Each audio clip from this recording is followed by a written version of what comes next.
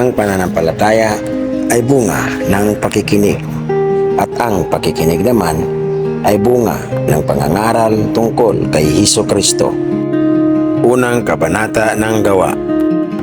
Mahal kong Teopilo, sa aking unang aklat ay isinalaysay ko ang lahat ng ginawa at itinuro ni Hesus buhat sa pasimula, hanggang sa araw na siya umakyat sa langit. Bago siya umakyat sa pamamagitan ng kapangyarihan ng Espiritu Santo, ay nag-iwan siya ng mga bilin sa kanyang mga apostol na kanyang hinirang.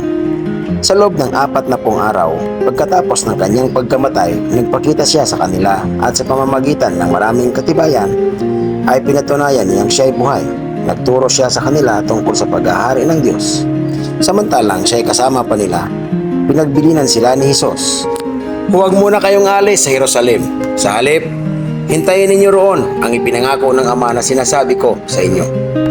Si Juan ay nagbautismo sa tubig, ngunit hindi magtatagal at babautismuhan kayo sa Espiritu Santo. Nang magkatipon si Hesus at ng mga alagad, nagtanong sila kay Hesus, Panginoon, itatatag na po ba ninyong muli ang kaharian ng Israel? Sumagot si Hesus, ang mga panahon at pagkakataon ay itinakda ng Ama sa kanyang sariling kapangyarihan, at hindi na kailangan pang malaman ninyo kung kailan iyon. Subalit, tatanggap kayo ng kapangyarihang pagbaba sa inyo ng Espiritu Santo, at kayo ay magiging mga saksi ko sa Jerusalem, sa buong Hudiya at Samaria, at hanggang sa dulo ng daigdig. Pagkasabi nito, si Hesus ay inakyat sa langit habang ang mga alagad ay nakatingin sa kanya, at natakpan siya ng ulap. Habang sila ay nakatitig sa langit at siya ay inaakyat, may dalawang lalaking nakaputi na lumitaw sa tabi nila. Sabi nila, Kayong mga taga-Galilea, bakit kayo nakatayo rito at nakatingin sa langit? Itong si Hesus na umakyat sa langit ay magbabalik gaya ng nakita ninyong pag-akyat niya. Nagbalik sa Jerusalem ang mga apostol buhat sa bundok ng mga Olibo, na halos 1 kilometro ang layo sa lungsod.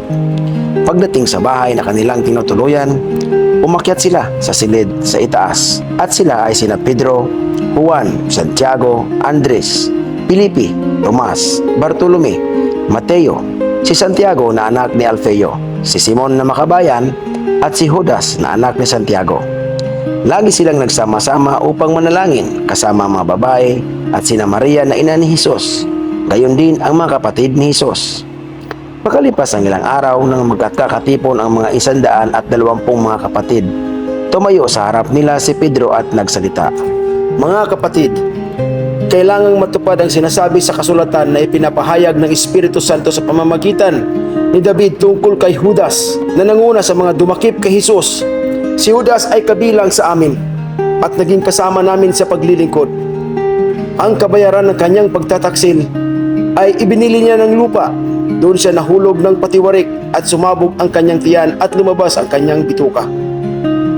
Nabalita iyon sa buong Jerusalem. Kaya nga't ang lupang iyon ay tinawag na Akeldama, na sa kanilang wika ng kahulugan ay bukid ng dugo. Sinabi pa ni Pedro, nasusulat sa aklat ng mga awit, ang tirahan niya ay tuluyang layuan at huwag nang tirhan ninuman.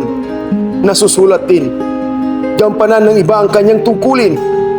Kaya dapat pumili ng isang makakasama namin bilang saksi sa muling pagkabuhay ni Hesus.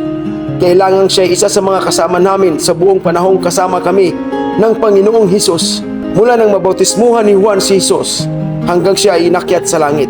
Kaya't iminumungkahi nila ang dalawang lalaki, si Matias at si Jose na tinatawag na Barsabas, na kilala rin sa pangalang Justo. Pagkatapos sila'y nanalangin, Panginoon, alam ninyo kung ano ang nasa puso ng lahat ng tao. Ipakita po ninyo sa amin kung sino sa dalawang ito ang inyong pinili upang maglingkod bilang apostol, kapalit ni Judas na tumalikod sa kanyang tungkulin nang siya ay pumunta sa lugar na nararapat sa kanya. Nagpalabunutan sila at si Matias ang napili, kaya siya ay dinagdag sa 11 apostol.